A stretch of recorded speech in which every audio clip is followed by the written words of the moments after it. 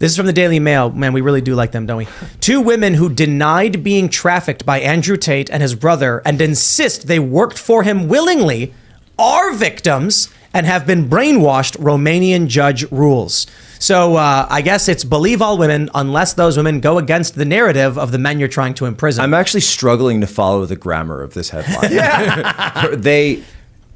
2 women came out and said, yo, it's not true. We're not victims. And the judge went, we were here. Nah, you're brainwashed. We were not coerced. We were here happily. And he's like, no, you don't understand. You were coerced. You were being, I don't know. Okay, now this is a Matrix attack. I'm sorry. At this point. Yeah, for real. Because, and by the way, people are like, is it a Matrix attack against Andrew Tate or did he really do these things? And I'm like, man, honestly, I don't know. Now that a judge was like, these 2 witnesses who support Andrew Tate, yeah, they're actually victims and we're throwing out their statements. Here's my confusion is, have the Tate brothers been charged? No. Mm-hmm. So what is the ruling? What does the ruling pertain to? This is why I'm like, at this point, it's a Matrix attack. Because I'm all, by the way, and I've said this for everybody. I've said this for Epstein. I've said this for, but I don't know if you guys saw that story, the ABC producer, the guy who they thought was missing. Oh, yeah. And then it turned out that he was apparently like messaging kids on Snapchat, asking for porn, all sorts of crazy stuff.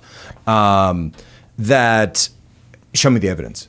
Right. Show me the evidence and let's have a fair trial. When it was Kyle Rittenhouse, I said, show me the evidence. When it was Alec Baldwin, I said, show me the evidence. And he had a live bullet in his gun. He had live ammo in his gun belt. Of course he had live ammo in his gun belt. The whole thing was live. And of course he was using the hammer. And of course he was playing around with the trigger. I think he murdered her. I think he put the bullet in it. So did you actually read and I know we're jumping stories, but did you actually read the probable cause summary? No. So from my reading of it, it didn't seem as though the investigation turned up actual footage of the shooting. It said in their investigation, they were able to uncover evidence of filming immediately prior to the shooting. With his finger on the trigger. And he's fiddling with the hammer, which of course decreases the pressure that it would require for a long pull trigger, et cetera, et cetera. But it didn't say that they had actual footage of. Because if they had, they would just say it. Yeah. Right. So I don't think that they've actually turned up footage of the shooting. I just think, just to wrap that one up and go back to the Andrew Tate stuff real quick, it's like he shot a woman, pulled out a gun, pulled the hammer back, pulled the trigger, and everyone's like, oh, it was an accident. Where'd the live bullet come from? He had them on his belt. Like Alec Baldwin was in possession of a gun, possession of live ammunition, pointed at a woman he was having arguments with, and shot her. Like okay. A staffer. A staffer. Okay, anyway, the Andrew Tate thing. Which, by the way, but Tim, what you're doing right now is you're analyzing the evidence because the evidence has been presented to us. Yes. And so now you can conclude a legal analysis based on the severity, the weight, the credibility of that evidence. What we have here, we have no charges. We have some statements. Mm-hmm. And apparently the judge is telling the people who made the statements that they're not allowed to make those statements. These are witnesses supporting the Tate brothers being told they did not recognize that they were being enslaved. So when this happened, and the question was, people were like, is the machine coming after him? Or did he do this? And a lot of people were like, well, the things he said. I'm like, at this point, when you get witnesses who are like, we're here to speak in support of this man, and the judge goes, nah, you're brainwashed. Get out. All right, that's it. Read that. A clinical psychologist did an assessment, and then it was described as extrajudicial evidence. But judges of the Bucharest Court of Appeal did take the report into consideration over yesterday's decision. This is crazy, dude. So they found some clinical psychologists to They've write not been an charged assessment. with any crimes. Yeah, no crimes. And no crimes. And because of that assessment, which by the way may also mean that if they're going to take this rule, so let's say they are charged, right? Let's say they are charged and they go to court, et cetera, et cetera. Does that mean that these 2 women can now not appear as witnesses because they've already been ruled against? I don't know. I don't know that this would be excluded from them. So it looks like they were appealing the actual. Because in Romania, they have this thing where you can be held while you're under investigation as opposed to before you've been charged. And then I think it was 30 days and they extended another 30 days. Mm-hmm.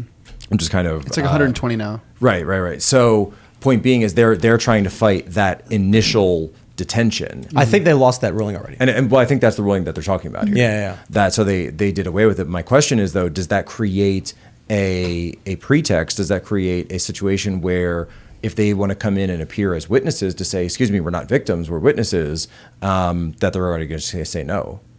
Probably. That's what it seems like.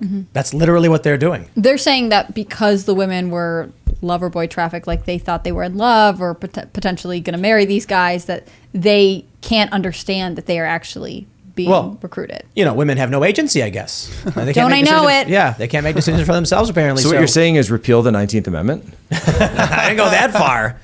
No, I mean, I was just saying. I mean, isn't that the obvious? Well, so in Romania, perhaps, can women vote in Romania? The underlying subtext of this Yeah. is exactly what you just said, though, because in this clinical psychologist, and again, we're responding to what the court has ruled. We're not saying these things, but the logical conclusion of what you're saying is that clearly that women have no agency because men lie to them, and so women are not responsible for their actions. And if women are not responsible for their actions and their decisions, then why should we put women in a position where they're making the most important decisions, life and death, war and peace, trade, that we should take this away from them because these evil men with, by the way, Ian, of course, with these financial campaigns, these well-funded campaigns that are used against these poor women, that they're just being victimized over and over and over, and that's why we should take this pressure, this burden off. Take a look at this famous meme image.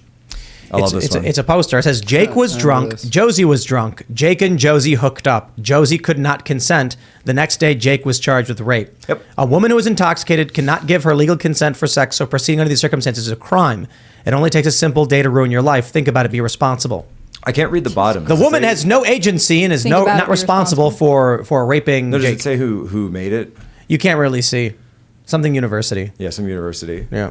Always. I'm really concerned about this consent conversation because I understand if someone is being trafficked in some way or like put through some hell and they are brainwashed into thinking that everything's fine, and then they come out and they tell everyone, hey, everything's totally fine, and you're like, okay, I can see that situation. What do they call that? Stockholm syndrome, where the victim actually thinks that the captor is a good guy. I get that. But at the same time, if someone consents to something, no matter what, if you sign a contract under duress, the contract it's not a real contract. So I understand that when you Prove consent. duress. But Exactly. And show you me can't the- show retcon me what the happened a criminal decade behavior. ago. If I start coming out and being like, all the movies I made when I was back in Hollywood, I was being trafficked. So this take is them all down. This is different. Like, these women are trying to say we are not under duress. Like, how do you prove that you're not under duress if the court says you are, right? Like if you were accused of a crime and then you bring two witnesses who say, we've worked with them, they're good guys, we love and respect them, and the judge goes, you're brainwashed, dismissed, you're going to stay in jail. That's what I'm talking about. Now, look,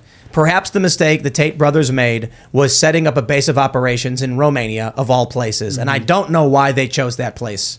Because, I mean, it's not like Eastern Europe is known for, being anti-corrupt. Right. If you take a look at what's going on in Ukraine right now. It bit him back. He said that's the reason he was there is because you could get away with a lot of things. But they didn't think that this would actually happen, Of course it will. Yeah, Don't exactly. That's what I the think, thing too. about the U.S., I was talking to, I'll keep the story relatively private because I don't know if it's a public story, but they do this race. I forgot what it's called. They race across Russia. And because there's so much corruption, you can go 120 miles an hour, you get pulled over, you just hand cash to the cop and you're free to go. Like you can't do that in the United States. Which, by the way, that's most countries in the world. Right. Yeah. Not in the United States, though. Yeah. We talk about our political corruption, but let's be honest, cops tend to not be corrupt. I mean, we have corrupt cops. We have abusive cops. But I guarantee you, if you get pulled over and say to the cop, you're going to offer him a bribe, he's going to be like, out of the car, you're under arrest. Yeah, no, that's and just he's our gonna- politicians. Right. Politicians are different. Right. They get bribes from the lobbyists. Right. But a cop is going to lock you up and be like, I'm not going down for what you just did. I'm taking the note. You offered me a bribe. You're under arrest. I think people in general don't. It's a strange dichotomy where we believe that relatively to places like South Africa, for example, Hey, shout out. American police are far more. Far less corrupt, I should say, relatively than there or anywhere in some of these Eastern European post-Soviet countries. But at the same time, our politicians are far, far, far more corrupt than the politicians of almost any other country. We don't talk about it that way for some reason. Mm-hmm. But the amount of money and Ian, you just explained it very well, how it happens.